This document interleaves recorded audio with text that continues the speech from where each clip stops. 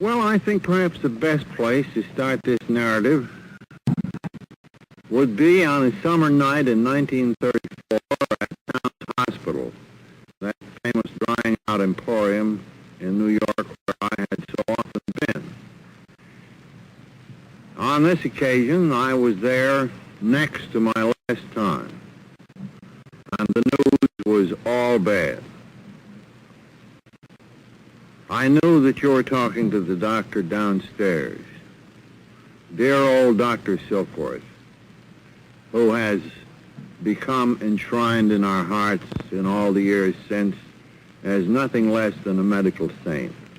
I never will forget his telling me that you were absolutely hopeless, that he'd once thought that there was hope. But now he was afraid I would have to commit you, or you would die of alcoholism, or go insane. He had intimated that to me before, as you well know, that this could be the end of the line. But up until this point, I had had some hope myself. As you remember, he had described alcoholism to us as a sort of terrible compulsion to drink against one's will, against one's happiness, and against one's best interest. A compulsion not too often overcome by an individual on his own resources. Attached to this, he thought there was a physical condition, an allergy, so that if the drinking persisted, it eventually meant insanity or death. And meanwhile, great desolation indeed, which had been our lot. I well remember leaving the hospital after this fatal sentence had been passed upon me and indeed upon you. This time, I had a fear of alcohol that I had never known in such an intensity before. And I suppose it was mainly fear and constant vigilance that kept me sober for the next few months. I remember how you made every effort, how we went on many walks, how we read together, how we exerted every possible resource we could to combat this thing. Then I remember how I began to feel better, how confidence returned, though false confidence it proved to be. Little by little, the horror of the experience of Towns lessened, almost disappeared.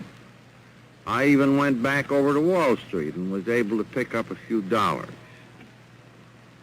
Perhaps things weren't so hopeless as the doctor had said. Then came that day when you had to work in the department store. It was November 11th, 1934, Armistice Day. And I proposed to go to Staten Island to play some golf all by myself. I, of course, thought that, well, I've certainly got to make it this time. But no, again I was stricken. Again I vaguely remember faces and buses, and then oblivion.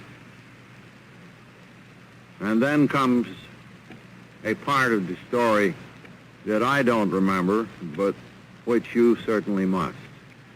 Well, I found you in the areaway, I remember, with a great gash across your face and dragging the golf clubs. You certainly were a sad-looking sight.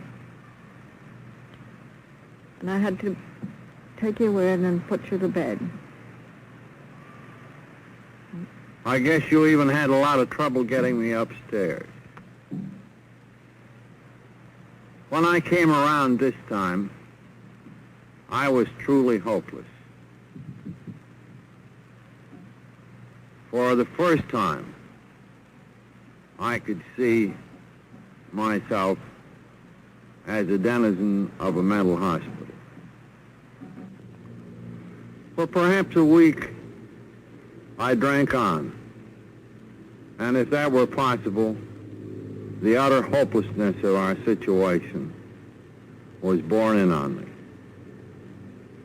I seldom left the house except to get gin. I was either on my bed asleep or downstairs in the kitchen, my favorite drinking spot. While there on a bleak afternoon in that month of November, the telephone suddenly rang. I went, and I heard the voice of an old school friend, the one now so well and affectionately known to AA as Ebby. I asked him to come over, sensing, however, that he was in New York sober. I couldn't remember a time when he had paid such a visit. Soon he was at the outer door. I looked through the grating at him, and even in my haze, I at once perceived that something extraordinary had happened. He greeted me very cheerily. I stumbled inside. We sat at the kitchen table. I pushed across to him a pitcher of gin flavored with pineapple juice. And at this point, he shook his head and with a smile said, "Well, I'm not drinking just now." Well, this mystified and also disappointed me. I thought that he and I could retreat into the past. I knew that he had been threatened by commitment to an institution, and the same threat overhung me. So we were companions in misery, but he wasn't miserable at all. I couldn't understand it. Something had happened. So I said to him, "Ebby, what's got into you? Why won't you drink and talk about the good old days?" "Well," he said, "I'll put it to you in a few words. I've got religion." Well, that was a terrific blow to me. I just couldn't understand a man like Ebby getting religion. After all, I'd had one of these wonderful scientific trainings that had taught me that man evolved from the ooze, and that was it. So here was my friend. He'd got religion. Well, I knew I had to be polite, so I said, "Well, Ebby, could you tell me what brand this is?" Well, he wouldn't commit himself to saying it was a brand. He told of his association with the Oxford groups and how they emphasized getting honest with one another, with making a survey of their defects, admitting that they were powerless without the help of God. Cliches of that sort, they seemed to be then. And then he told how, when he had become willing to try these simple expedients and to try helping another without any thought of reward, he had been released, as he said, from this awful compulsion to drink. Well, his story made an impression on me. It was bound to, because after all, we were blood brothers under the skin, victims of the same malady. So what he had to say struck me deep. There was nothing new in the principles he advocated, but here he was living proof of their effectiveness. One alcoholic talking to another forming the first link in the chain that has become Alcoholics Anonymous of today. Well, at this juncture, Lois came home and found us both there. I think she was dismayed at first, but she saw that at least Abby was sober. So can you remember your reaction as you came down into the kitchen? I wasn't entirely happy about the whole setup. Well, my dear, you couldn't be blamed for that. I can't seem to remember what happened then. Abby took his leave at some point, but in no waking hour in the days that followed could the memory of his face and what he had to say leave me. I kept returning to it again and again. The drinking went on, but not at such a heavy pace. Of course, I was nonplussed that he believed in God. The idea of getting honest with oneself, with other people, with helping others, that would all come easy. But that it was necessary for me to believe in God to achieve recovery from alcoholism, well, this just couldn't be. So, in a way, the first effect of his talk upon me was to deepen my dilemma. Perhaps I was within sight of salvation, but still unable to reach the other shore. And so my thinking went on, and so did the drinking.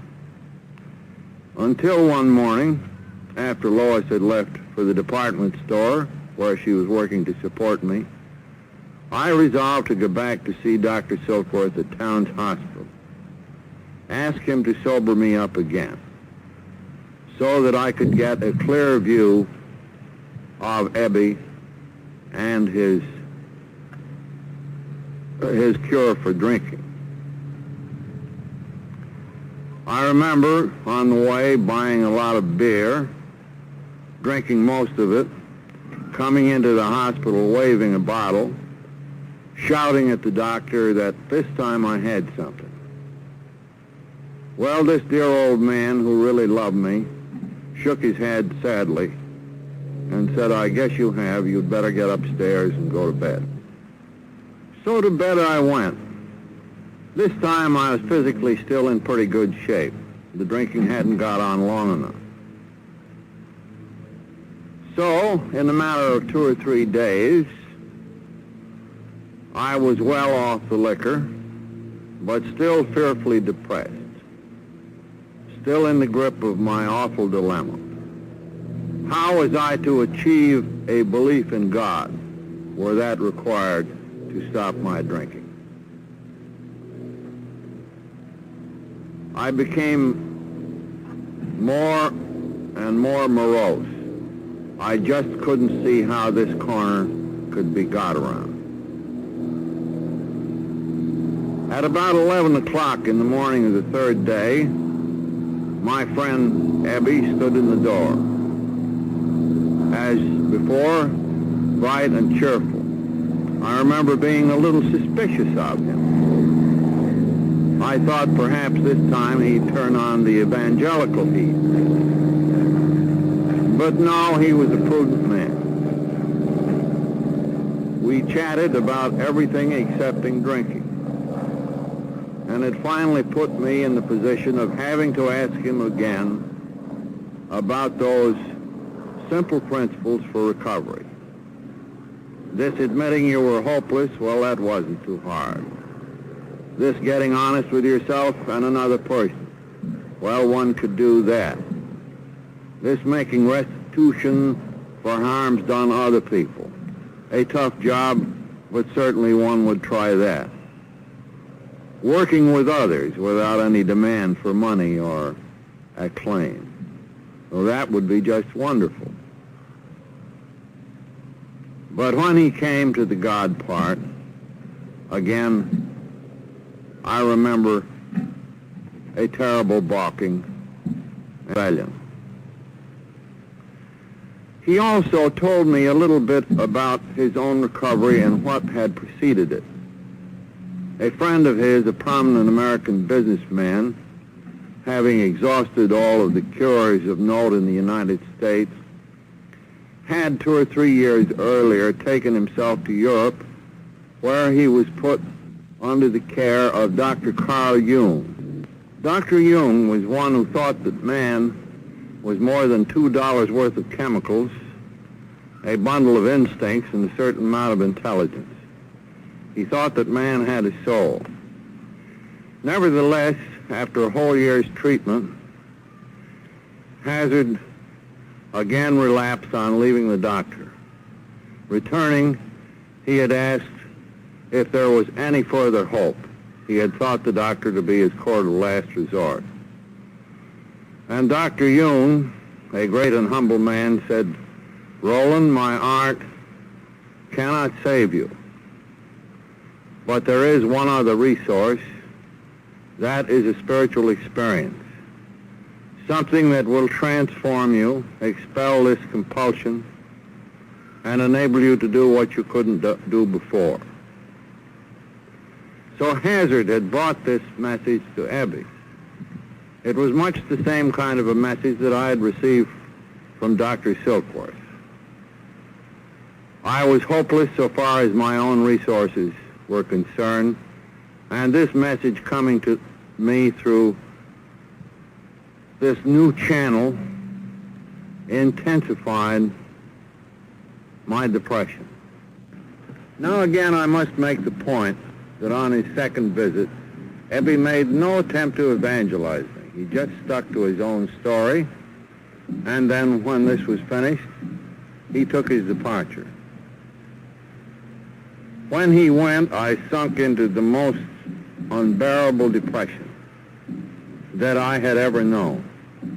I suppose that momentarily at least, the last vestige of my prideful obstinacy was crushed out.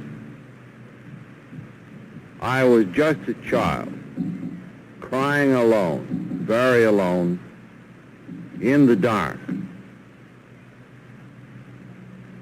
For the extremity of this agony, I can find no words.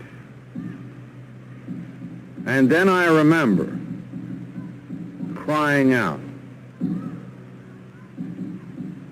"If there is a God, will he show himself?" And then came the miracle,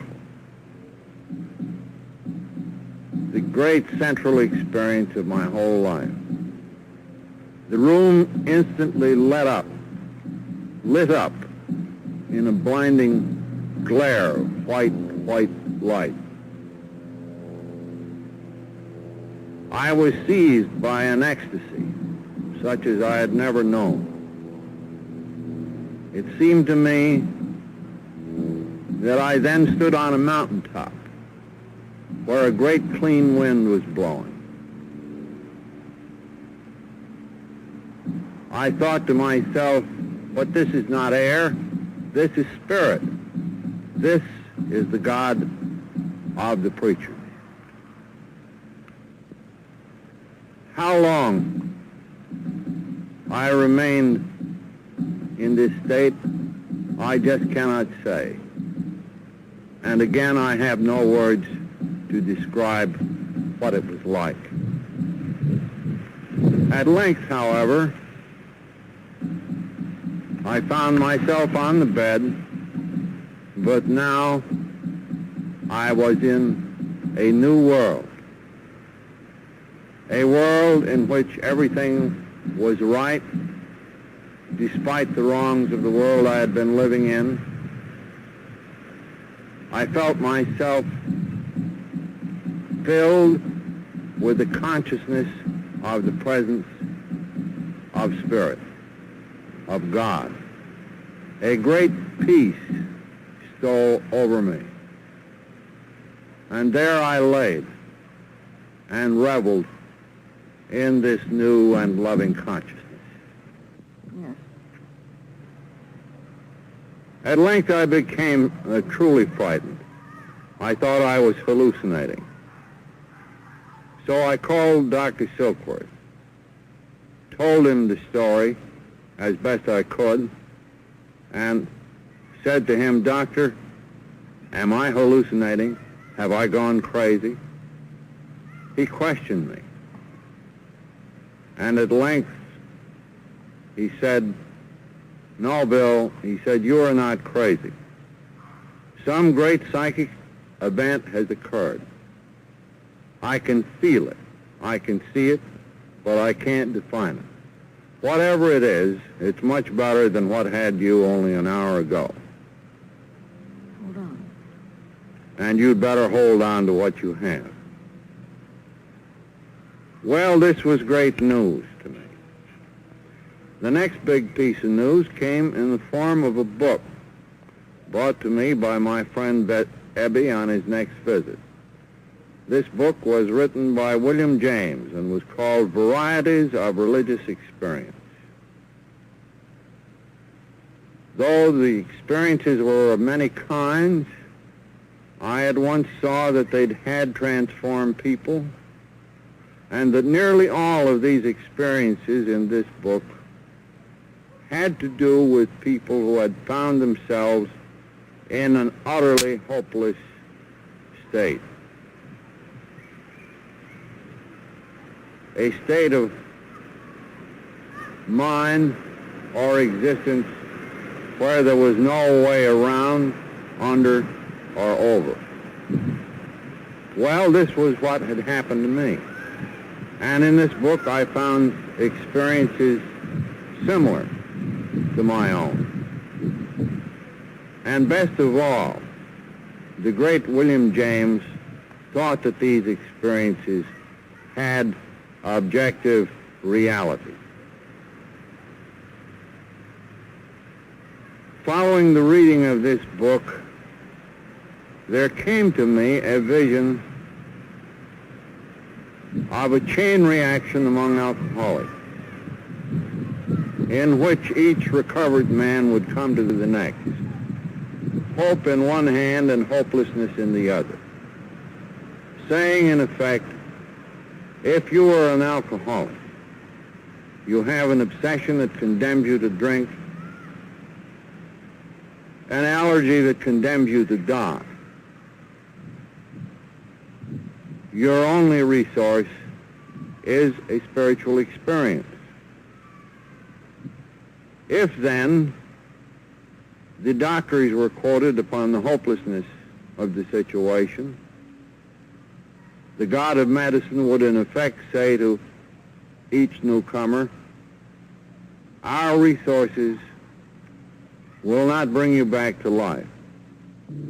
In short and paradoxically, the chances of the alcoholic to recover by the spiritual experience means would be just in proportion to his hopelessness. Yes, the secret would be deflation at depth, using the tools given us by science, the compulsion plus the allergy. Then when one alcoholic carried this message to the next, he could reach the newcomer where he lived, even below consciousness. Then bringing about the deflation, he would create a dependence of the newcomer upon his sponsor, upon a group if there were any, and finally upon God. In some such form, the concept of such a possible chain reaction occurred to me. Leaving the hospital shortly afterward, I joined up with the Oxford groups, and along with Ebby and Roland and 2 or 3 other drunks, we began to work with alcoholics. The result was almost nil. In my case, it was absolutely nil, because at that time I was insisting that everybody have a spiritual experience just like mine.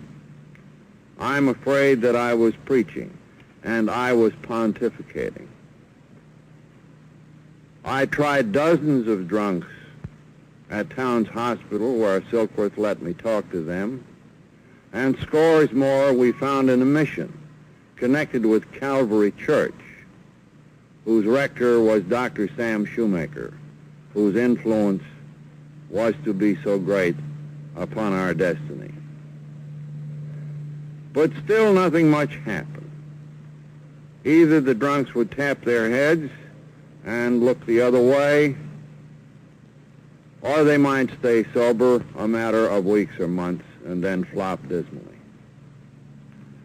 So little by little, I discovered that I had converted my wonderful experience into a foolish rationalization by which I myself had begun to play God. At this juncture, I tried to get back into business. And then came an opportunity to engage in a struggle for a control of a small machine tool company in Akron, Ohio.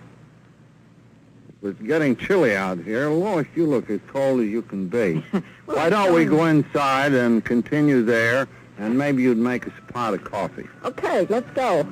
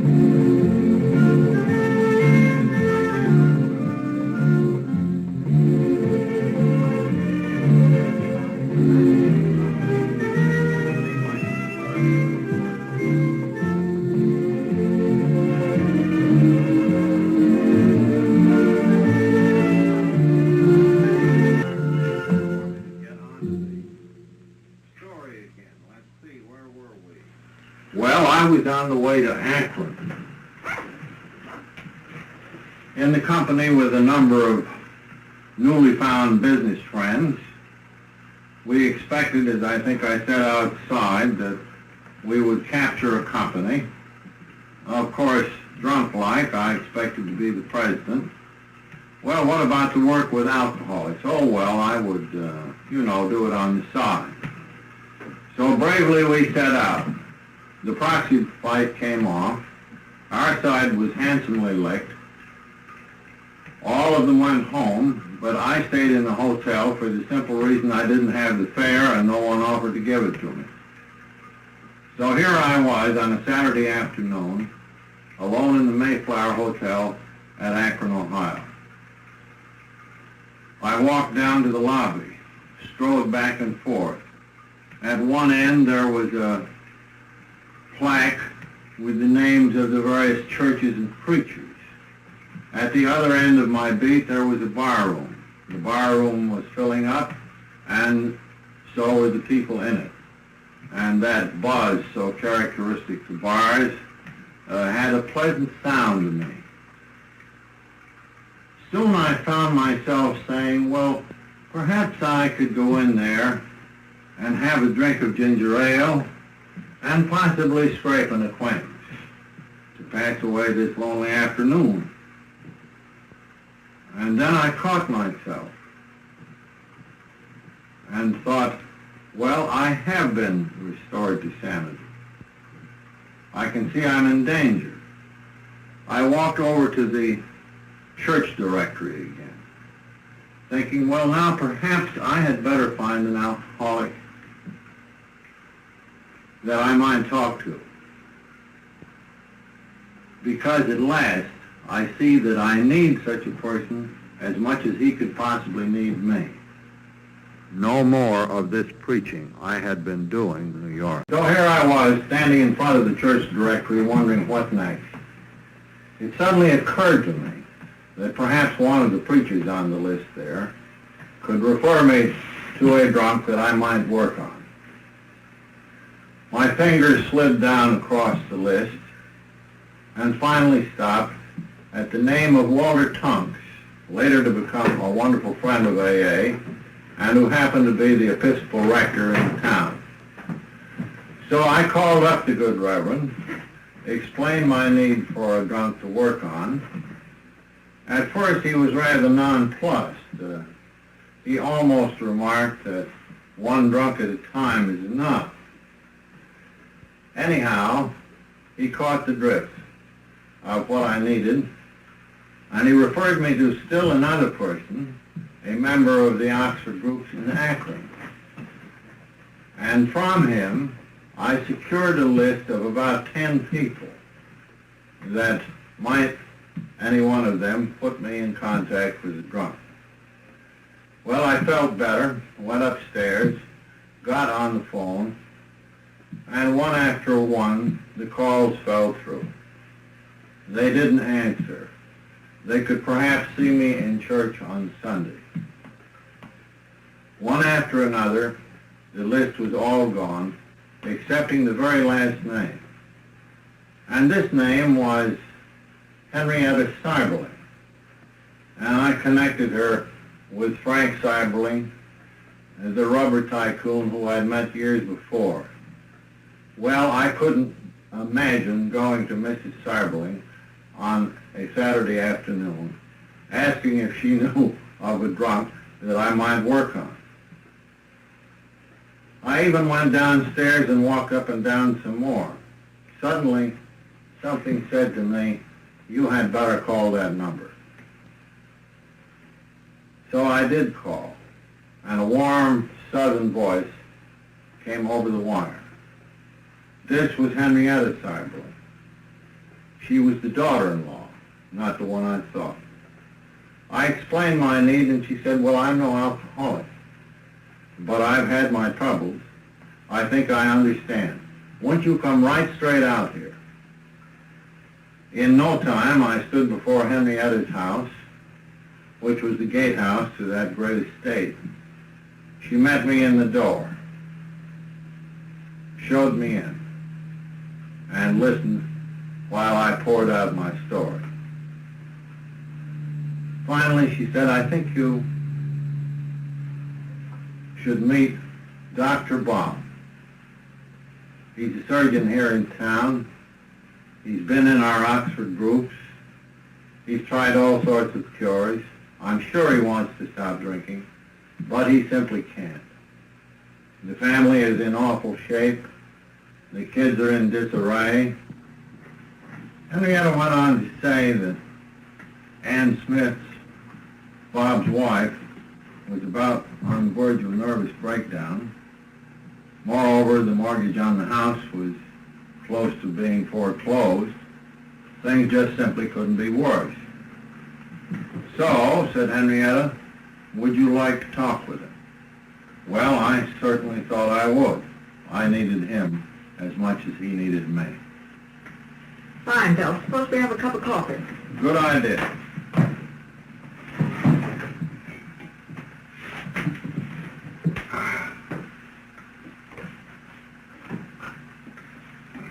That looks grand.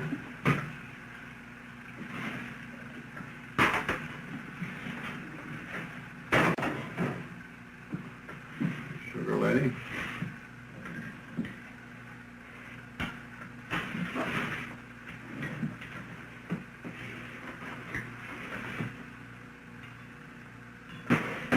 Take any cream. No, never got back to it. Well, shall we go on?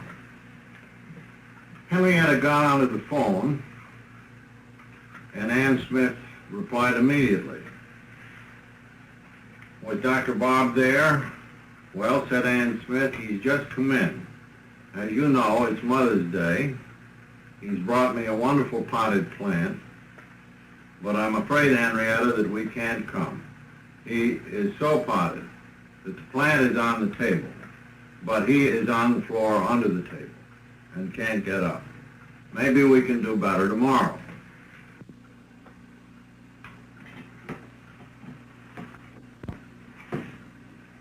I shall never forget the next day. It was a Sunday.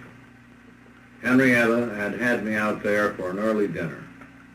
And at 5 o'clock in the afternoon, the doorbell rang, and there stood Dr. Bob and Ann. Ann looking slightly hopeful, but Bob not looking a bit like a founder. He was shaking violently. He said, "I have another engagement. I don't believe that I can stay but a few minutes." Henrietta took in the situation at once, and with her usual understanding, she insisted that Dr. Bob and I go into the library where we could chat. So here it was. One drunk talking to another, because the one talking needed the message too. Got him, took him there, and when he had been put under a little treatment, they brought him back to his own home. Well, then developed a terrible dilemma. It happened that 3 days since, or 3 days afterward rather, that Dr. Bob must perform an operation, something he had begun, a piece of work on the operating table that he just had to complete.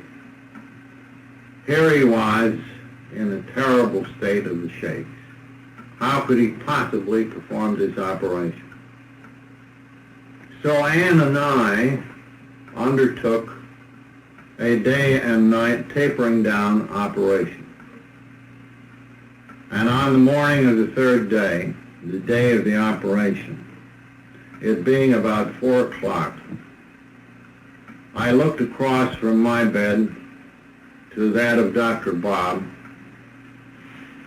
and there he was wide awake, of course.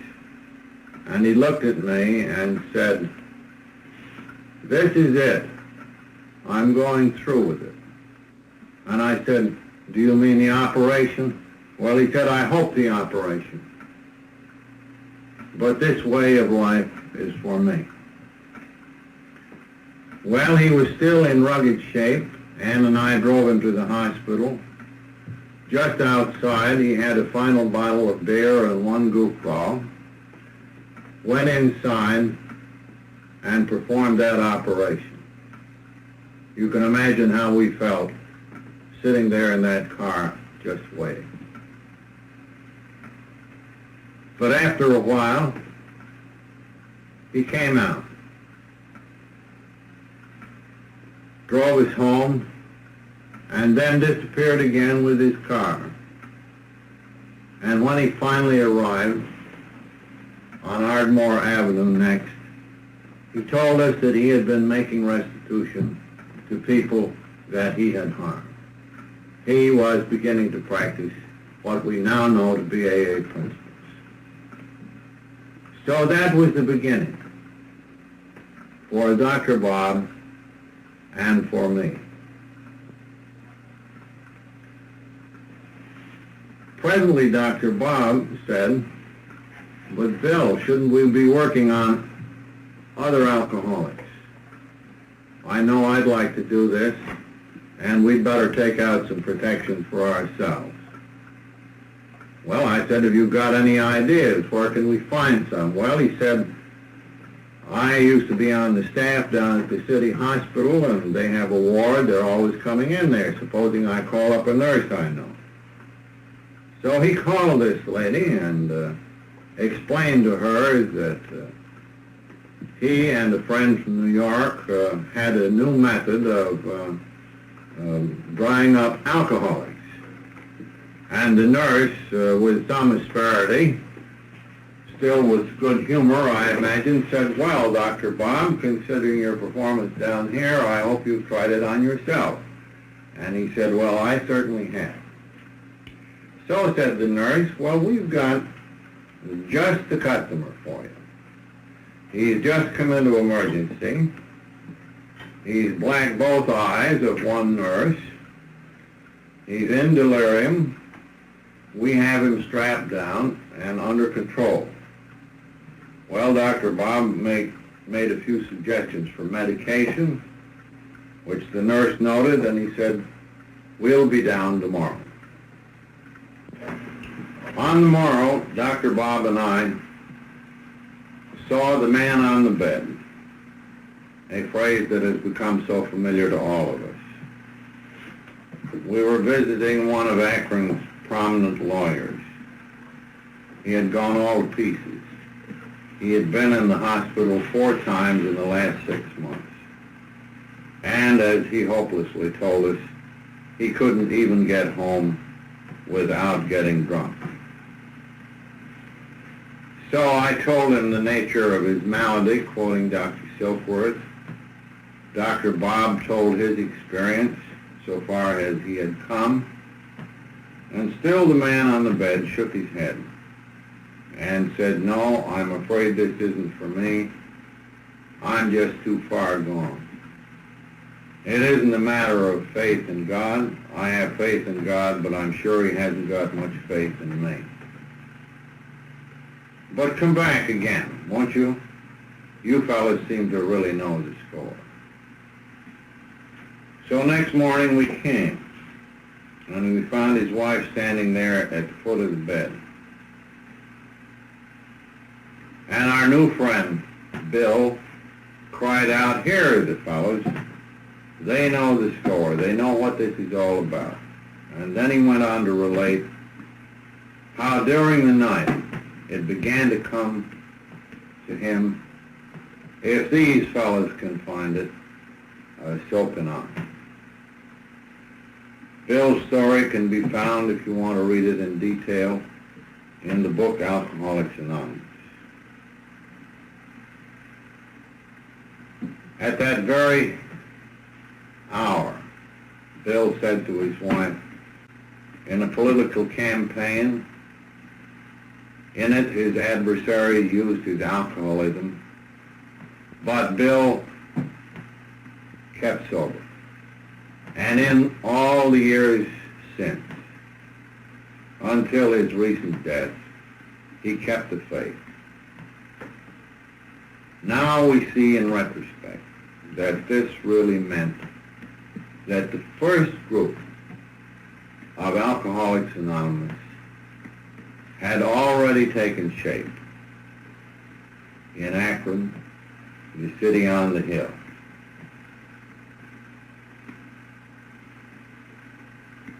I think, before concluding this part of the project, that all of us should humbly reflect on the marvelous chain of circumstances, doubtless ordained by Providence, which had brought us thus far. It required the humility of Dr. Jung in his office telling a patient, "Only a spiritual experience can save you. My art cannot." It required a messenger, his patient, who came to my friend Ebby. And then it required Ebby taking the time and caring enough to look me up.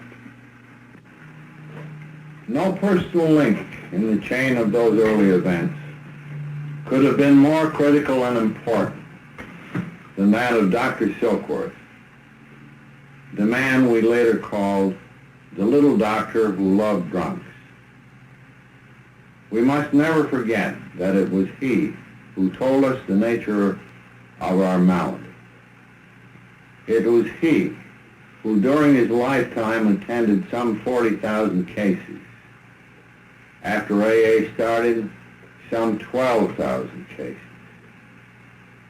Ah, yes, his contribution was indeed indispensable.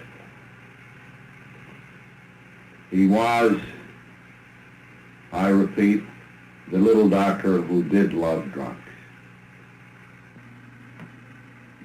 And all this while, For years before, during all of those terrible times of drinking, Lois stood by me. If she hadn't, I probably wouldn't have been alive to be a part of this change. Lois, at this point, I should think it would be a good idea if you'd put on a statement on here of what your reactions were, first to my seeming to be well and so on, the reactions to the first early day. Well, of course, I was overjoyed. And when I went up to see you in the hospital, you were so different. I knew something tremendous had happened to you. I knew that you'd never drink again. I never doubted. And I was, of course, tremendously grateful. And for quite a long time, that feeling of joy stayed with me. But after a while, it began to wear off, and I didn't know just what was the matter. And I found myself losing my temper over trifles. Until one day you asked me to hurry up and get ready to go to a meeting, and I threw a shoe at you. You remember? And that didn't concern you too much, but it did me. Why had I lost my temper over such a trifle? So I then began to think of my own relation to you and to myself, my inner self. And I saw that I was resentful, that somebody else had done something that I had wanted to do all my married life. My one purpose had been to sober you up. And then somebody came along and in 2 minutes did the job. I was also resentful I didn't have any time with you anymore. We used to have so many wonderful weekends together. We were so companionable. But now the house was full of drunks and I didn't see you anymore. You were always out working on somebody or bringing some new one home. I love to have a house full of drunks, but I didn't have that same feeling of need. I didn't feel that I was needed any longer. I had been terribly important before in my own life. I had a big job to do. Now I had nothing. I didn't know where I stood. I was still completely grateful for this wonderful thing. But I myself was confused and didn't know where I was, what my goal was. I'd had a goal before. Now what was it? Then I realized that I too had to live by the 12 steps. It was just as important for me as it was for you. Not so obvious perhaps, but just as important. So, that's my story. Well, Lois certainly went on with the 12 steps. As you know, she did stay with AA, and as I have remarked before, she's had about 6,000 more people in this house. And she has posed, I'm sure, to many of our viewers and listeners, the tremendous problem that nearly all AA families have at first. We alcoholics have greatly deformed those near to us.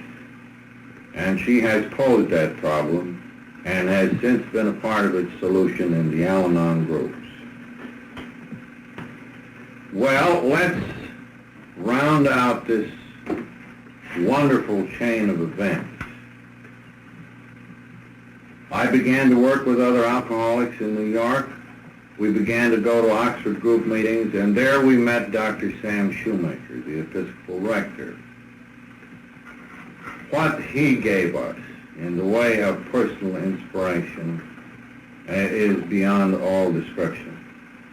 His impact on us in those early days certainly registered, and the principles emphasized by the Oxford group later lent themselves very readily to the formation of AA's 12 Steps and the publication of our book, Alcoholics Anonymous. And we, from there, go to other indispensable people in the chain. Ann Smith, whose experience had been similar to Lois, staying by Bob. Bob, the first alcoholic to be sober following my own recovery. And then to make a group where 2 or 3 are gathered together came Bill. And so, for us of AA, that was the beginning. If this means of communication between us and you proves to be useful and a happy one, I hope we shall make some more of them. Meanwhile, God bless all of you, and Alcoholics Anonymous forever.